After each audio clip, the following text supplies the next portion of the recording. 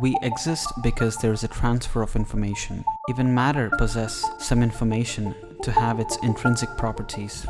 I'm using the word information intentionally. Information does not necessarily mean data stored in a hard drive. It applies to biological entities as well, from a single-celled bacterium to the largest mammal.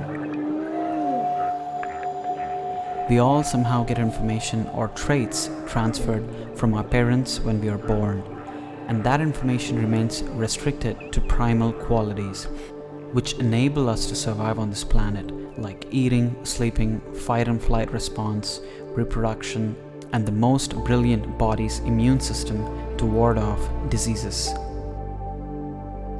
A question you might ask, then why doesn't our brain come with preloaded memories from our parents, like learning how to swim or do simple arithmetic? It comes down to our DNA, as DNA can only store very small amount of information compared to our big brain. To make this simpler, the synaptic connections in your brain can hold information 100 to 120,000 times more than that of a DNA. However, when we are born, our brains aren't fully developed to even carry 1% of what a fully developed brain can store. But DNA has all the necessary information to make you a full-grown adult. That includes increasing the brain's storage capacity from its nascent stage to fully developed. An interesting experiment was carried out by two students of University of Texas in an attempt to understand how synaptic response work with external stimuli. The experiment involved a planarian, which is a flatworm, which does not have complex neurological connections as humans, which is why they were the perfect test subject to conduct the experiment. Flatworms were placed under two bright lights. When the lights are off, the flatworms are left to do their thing.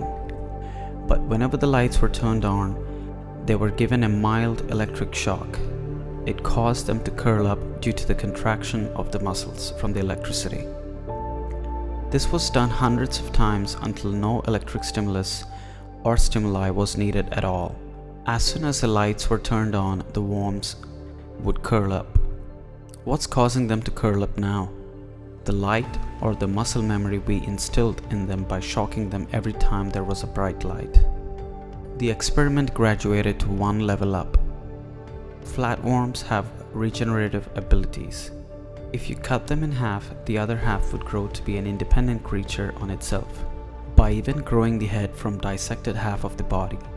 The same experiment was repeated by giving a jolt of electricity to the worm numerous times whenever the light would turn on. After a while, the worm got dissected into half. Both halves were let to grow to its full length. The tail half is also grown with a new head.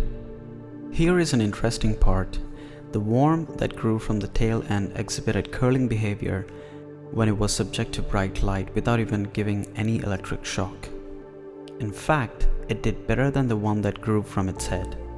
Does it mean the memory got transferred to the tail, or the whole body in itself can remember the conditions it was subject to earlier? What happens to humans when we accept organs from another person? In this season of giving, most of us had material things on our Christmas wish list. But one Delano man had a much more important wish. Delane Cleveland introduces us to a man with a genetic kidney disease who received some help this holiday season from his self-proclaimed match made in heaven. What that is a slow scarring of the kidneys over time. In 2002, Rich was diagnosed with a kidney disease known as FSGS. Waiting to see if I could get one the traditional way through a cadaver. But it's a long waiting list, so time ran out, so we went this route. He put his name down to see if he would receive a kidney. Ideally, you want to try to get a transplant before you have to go on dialysis, because that's really, really hard on your body. And it was his wife's kidney that was a perfect match. It was just a no-brainer. It's like, hey, he's my husband. Rich got perfectly recovered and is living a healthy life. But after the transplant, did the organ behave in any way as it used to when it was in his wife's body? Why does our body look at the transplanted organ as a foreign object, though the function of the organ remains the same? Where does our immune system get a message that this object does not belong here, while it goes on to attack to kill it? while it can be prevented by taking immunosuppressive medication. I will leave you with a question to ponder upon. What if our DNA holds more information than it can? What if it is a triple helix structure instead of double? What if there are complex life forms like us in the distant regions of space with a different DNA, or not be made of DNA at all?